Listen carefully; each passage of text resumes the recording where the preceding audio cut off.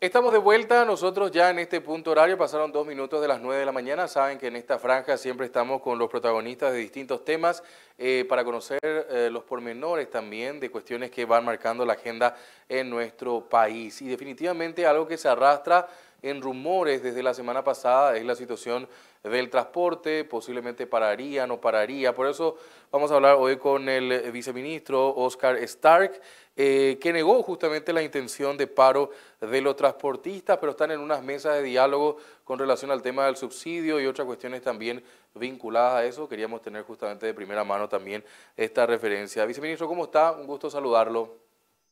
Buenos días, Juan Pablo, buenos días a la audiencia. Haciendo un poco hincapié en esto que estaba mencionando justamente, ¿cómo está la situación real con el sector de los transportistas que en alguna suerte de rumor se dijo de que podrían parar un poco la próxima esta semana o la siguiente, en relación también siempre a el problema del subsidio, viceministro? A mediados de la semana pasada, Juan Pablo, empezaron a surgir estos rumores. Realmente nosotros en ningún momento, ni siquiera hasta ahora, tuvimos ninguna comunicación oficial, ni siquiera extraoficial en las conversaciones que tenemos permanentemente con los empresarios de transporte sobre la posibilidad de paro. Sí, y esto desde que inició mi gestión, hay una preocupación por el tema del atraso en el pago de subsidios.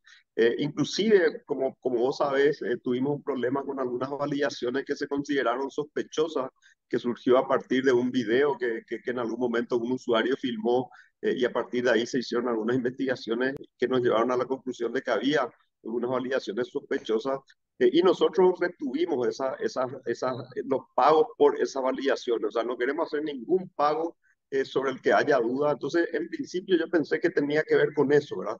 Pero después me Ujú. explicaron que no, que ellos también estaban de acuerdo en que cualquier sospecha, duda que hagan, no se haga al pago. No vamos a pagar en ningún caso que tengamos dudas sobre la realidad del viaje que se hizo, pero sí que seguían preocupados con el atraso en general que hay del pago de subsidio. Entonces, tuvimos una reunión el viernes, ellos se reunieron, la gente de Cetrapan se reunió el viernes y después me pidieron a ver si yo podía ir. Yo con mucho gusto fui y le conté nuestro punto de vista y nuestra situación presupuestaria y financiera.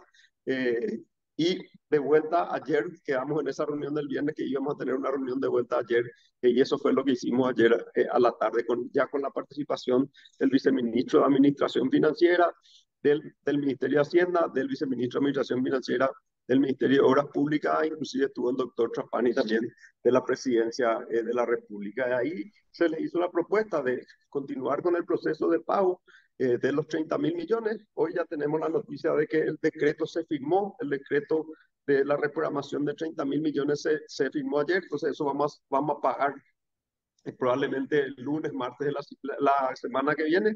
Y además de eso, hacer una nueva reprogramación para hacer otro pago a partir del 15 de junio, o sea, entre el 15 y el 20 de junio más o menos, hacer un nuevo pago también por una suma similar. El subsidio se paga en dos etapas.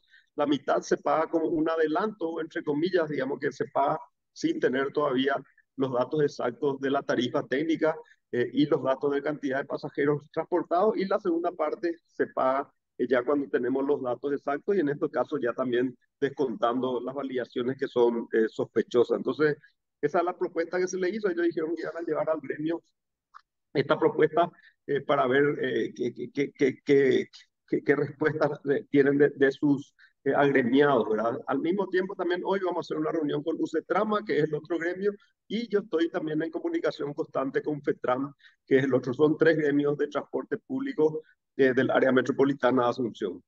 Veo acá en la nota que sale hoy en el diario Última Hora, en la página 12 de Economía, hizo una referencia donde dice hay una deuda pendiente de entre 60.000 millones a 90.000 millones por el subsidio. Se aprobó la semana pasada el pago del complemento, lo correspondiente a enero pasado. Ahora, de todas maneras, y hablamos nosotros también el sábado en el espacio que tengo dentro de Monumental, y hablábamos justamente sobre la otra parte de la moneda, la otra cara de la moneda.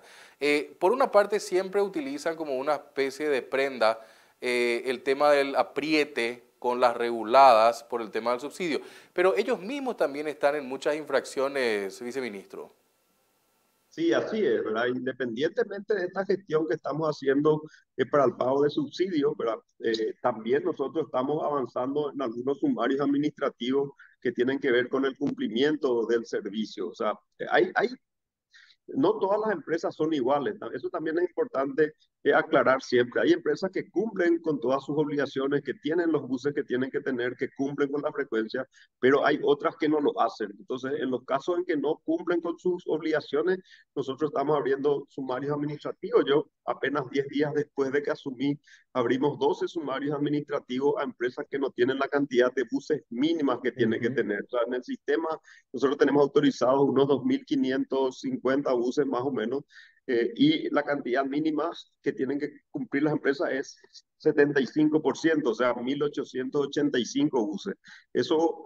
Y eso no se cumple. O sea, en realidad en el sistema hay 1.665 buses con ITV aprobado, que están, digamos, operativos, por lo menos en los papeles, y unos 1.500 buses son los que normalmente todos los días circulan en el sistema del área metropolitana de Asunción. Entonces, hay ya sumario a esa empresa para que cumplan y eso vamos a seguir. O sea, paralelamente a que hacemos las gestiones para el pago, las empresas que no cumplen tienen que tener las sanciones correspondientes, inclusive la cancelación de su itinerario en los casos que no tienen posibilidad de cumplir, y nosotros vamos a seguir en esa dirección.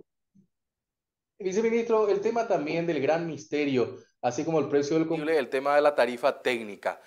¿Cómo podemos entender esto en un simple castellano y cómo están trabajando ustedes esto? Porque una de las cuestiones que llamó muchísimo la atención y se viralizó esto en las redes sociales fue el caso del conductor que empezaba a pasar de manera demente, digo yo bien y me hago cargo con esto, la tarjeta para seguir sumando pasajes dentro de ese sistema.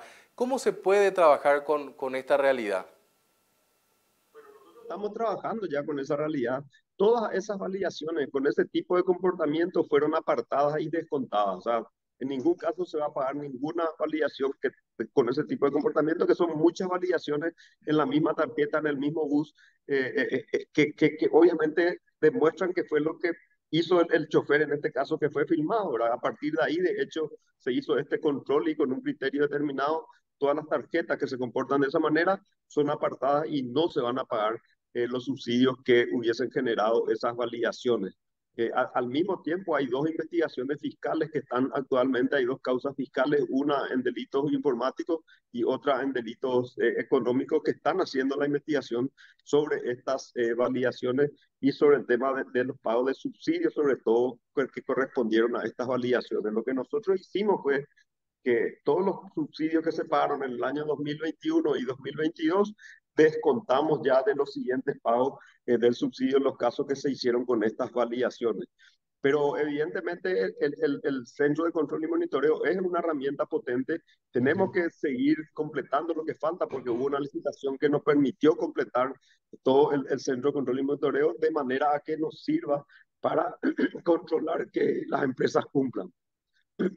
Pero Sí, viceministro, quiero aprovechar. Y volviendo a esa cuestión que le decía inicialmente, fuera de la casuística de este ejemplo que le planteé, era lo relacionado al tema de la tarifa técnica, ¿verdad? Este precio que siempre se está estudiando de manera permanente, pero ahí tal vez una pregunta, no sé si ingenua o no, pero en algún momento podría hablarse incluso de un descenso de la tarifa del pasaje del transporte público. sí, podría hablarse, sí, de un descenso de la tarifa técnica, ¿verdad? O sea, realmente, ¿qué pasó con el pasaje en estos últimos años? La última vez, el pasaje viene siendo el mismo desde el año 2012, ¿verdad? Inclusive, en algún momento llegó a 2.500 el pasaje y ahora está en 2.300, ¿verdad? Sin embargo, desde el año 2012 hasta ahora, el costo de vida subió significativamente. O sea, si nos fijamos en el salario mínimo, que Ujú. de alguna manera intenta reflejar el aumento del costo de vida. El salario mínimo aumentó de 1.660 y pico en el año 2012 a 2.550.000. En cambio, el pasaje no tuvo ese mismo comportamiento. Y, sin embargo, los componentes o insumos principales del transporte subieron de manera muy significativa. O sea, el combustible cuesta hoy el doble de lo que costaba en el año 2012 probablemente, y subió en un corto periodo de tiempo en los últimos 2 años con el tema de la pandemia y la guerra de Ucrania, etcétera, etcétera. Pero yendo concretamente al tema de la tarifa técnica básicamente lo que refleja el costo del transporte, ¿verdad? Y ahí hay dos componentes principales. Alrededor del 50% es combustible y eso inclusive se hace un control con las facturas de combustible que ellos nos envían, pero es fácil determinar, como nosotros sabemos los kilómetros que ellos recorren a través del Centro de Control y Monitoreo, también las estimaciones de consumo de un bus que presta servicio de transporte público, es fácil determinar cuánto es lo que realmente le cuesta al transportista o al empresario del transporte en combustible, ¿verdad? Y eso es 50%. Y otro componente importante es el de salarios, que es un 20% más o menos. O sea, y eso también a nosotros no es fácil controlar porque lo hacemos a través de IPS. Hay una exigencia de que ellos tienen que tener por lo menos dos funcionarios o empleados por cada bus que tienen, ¿verdad? Entonces, el 70% es sobre datos duros, reales, que ellos inclusive pasan su información para la tarifa técnica de cada mes. Y el resto, obviamente, son muchos otros componentes que tienen que ver con la amortización de su vehículo, con las cubiertas, aceite, mantenimiento, taller, etcétera, etcétera. Entonces, la tarifa técnica yo creo que está muy bien elaborada. Es algo que hay que analizar mes a mes, inclusive ir modificando los coeficientes a la medida que la tecnología avanza, a la medida que los vehículos se renuevan, etcétera, etcétera. Pero es también una herramienta importante para saber cuánto cuesta transportar un pasajero en el sistema. Lo que sí es importante, Juan Pablo, también es tener en cuenta que nosotros necesitamos una reforma estructural del sistema. El sistema no funciona bien, ni va a funcionar bien, ni siquiera si los empresarios de transporte cumplen con todas sus obligaciones, porque tenemos itinerarios que son de hace 50, 60 años. Y la ciudad cambió muchísimo en estos 50 y 60 años, entre 50 y 60 años. O sea, es muy diferente la ciudad de hace 50 años que la de ahora. La gente se mueve de manera diferente. Hay como varios centros y todos los itinerarios de alguna manera desembocan en el centro porque hay un concepto de la ciudad que teníamos hace 50 años. Entonces, eso hay que cambiar. Y por otro lado, algo que va a ser inevitable es que tenemos que priorizar al transporte público por encima del transporte particular en las calles y avenidas. O sea, eso es lo que va a permitir que aumente de vuelta en parte por lo menos la velocidad comercial promedio y eso también hace que aumente la frecuencia. Y sí, sin lugar a dudas, muchas empresas no están en condiciones de cumplir con las obligaciones mínimas y van a tener que salir del sistema. Me imagino que es un ejercicio también bastante difícil en muchos de los temas, también en una especie de limbo que tenemos ahora de transición y de muchas promesas políticas. Todavía sigue siendo el factor político una cuestión bastante, una cuestión de peso en este tema del transporte, pero que ojalá que a través de herramientas de transparencia se puedan evitar también y se puedan conocer. Por ejemplo, este tema de la tarifa técnica es una cuestión que el ciudadano puede conocer cómo se desarrolla, viceministro. La tarifa, de hecho, sale un decreto que aprueba la tarifa técnica y todos los datos son públicos. De hecho, lo estamos proporcionando a la prensa y estamos también en un proceso que nos permita poner nuestra base de datos a disposición del público. ¿Verdad? Toda la base de datos del billetaje electrónico del Centro de Control y Monitoreo, por ejemplo, se puso a disposición de los usuarios que están organizados en OPAMA y ellos nos están ayudando también con algunos controles, algunas verificaciones para ver la consistencia de esos datos y vamos a seguir esperando que ellos nos sigan ayudando. Y queremos que en algún momento eso inclusive esté en la red para que cualquiera pueda bajar y analizar qué es lo que está pasando en el sistema de transporte público. ¿Verdad? Nosotros acá vemos cuántos buses están funcionando hora a hora, dónde se están haciendo las validaciones, qué buses las está haciendo, etcétera. Y eso y más, porque tenemos que completar el centro de control y monitoreo, nosotros que queremos alzar para que cualquiera pueda bajar, así como pasa, por ejemplo, con la página de la Dirección Nacional de Contrataciones Públicas. Uno puede acceder a la base de datos de contrataciones públicas y bajar toda la información y analizarla, y eso permite esa transparencia que yo creo que es muy útil para mejorar el sistema. Yo creo que de alguna manera una muestra que nos dieron la gente de Opama y este usuario que filmó es que el control ciudadano es fundamental también para que los transportistas o los empresarios de transporte cumplan con sus obligaciones y que nosotros como Estado, como regulador, también nos veamos exigidos por el ciudadano, por el usuario de transporte público. Claro, y obedece también a un principio de cuestión importante también dentro de este proceso. Viceministro, por último, y agradeciendo mucho su tiempo, dos cuestiones puntuales. Hablábamos también hace unos días sobre este proceso de transición. Estamos a un par de meses de cambio de autoridades, se están de a poco también generando toda esta posibilidad también de reuniones entre el equipo de transición. ¿Cómo está dejando la casa y un poco también, cuáles un poco serían dos o tres líneas importantes en torno a el trabajo a 5 años sobre el tema del transporte público, ahora que le toca a usted estar en este puesto? Creo que tenemos tres líneas de trabajo bastante claras a mediano y largo plazo, ¿verdad? Y que son muy oportunas en este momento porque un nuevo gobierno obviamente tiene mucha más fuerza para implementar reformas estructurales grandes que requerimos. Y estas tres líneas son, una, primero hacer esto que habíamos hablado de la reingeniería de los itinerarios, y eso es oportuno, por un lado, porque requiere un esfuerzo grande, pero por otro lado, porque a través de estos sumarios que estamos haciendo y lo que estamos detectando en el sistema, hay muchas empresas que van a ver sus itinerarios cancelados. Entonces, estas empresas, esa va a ser una oportunidad para empezar esa reforma a los itinerarios y que las nuevas licitaciones se hagan ya en base a un nuevo criterio que apunte a un sistema tronco alimentado, ¿verdad? O sea, que tengamos 5 troncales, que son los 5 accesos a la ciudad de Asunción y alimentadores a esos troncales. Y esta es una oportunidad porque muchas empresas van a seguir saliendo del sistema, porque muchas ya salieron, y otras van a empezar a salir ahora con los sumarios y por los problemas, las dificultades financieras que tienen, ¿verdad? Uno, reingeniería los itinerarios, migrar hacia un sistema tronco alimentado. Dos, empezar a darle más prioridad al transporte público en las calles y avenidas, ¿verdad? Y eso básicamente se trata de carriles exclusivos. Yo decía, como un extremo uno podría pensar, si realmente pensamos que la mejor forma de transportarse es el transporte público, que eso es lo que le cuesta menos al Estado, inclusive subsidiando, pero le cuesta muchísimo menos que toda la infraestructura que tiene que generar para que todos nos movamos en transporte particular. Entonces, démosle más espacio al transporte público. Por ejemplo, podría ser que, no sé, la avenida Mariscal López, desde las 5 hasta las 7 de la mañana o hasta las 7:30, sea solamente para el transporte público en el sentido de ingreso a la ciudad de Asunción.